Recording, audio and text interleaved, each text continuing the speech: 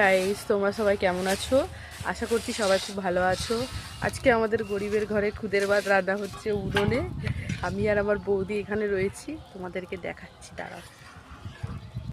বৌদি খুদের ভাত রান্না করছে আমাদের গরিবের ঘরে। তোমরা একটু গাইস ভিডিওগুলো দেখো।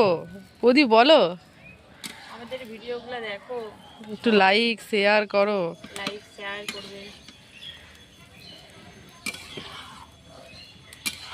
দেখো আমাদের খুদের ভাত রান্না হয়ে গেছে, এবার আমি খাচ্ছি।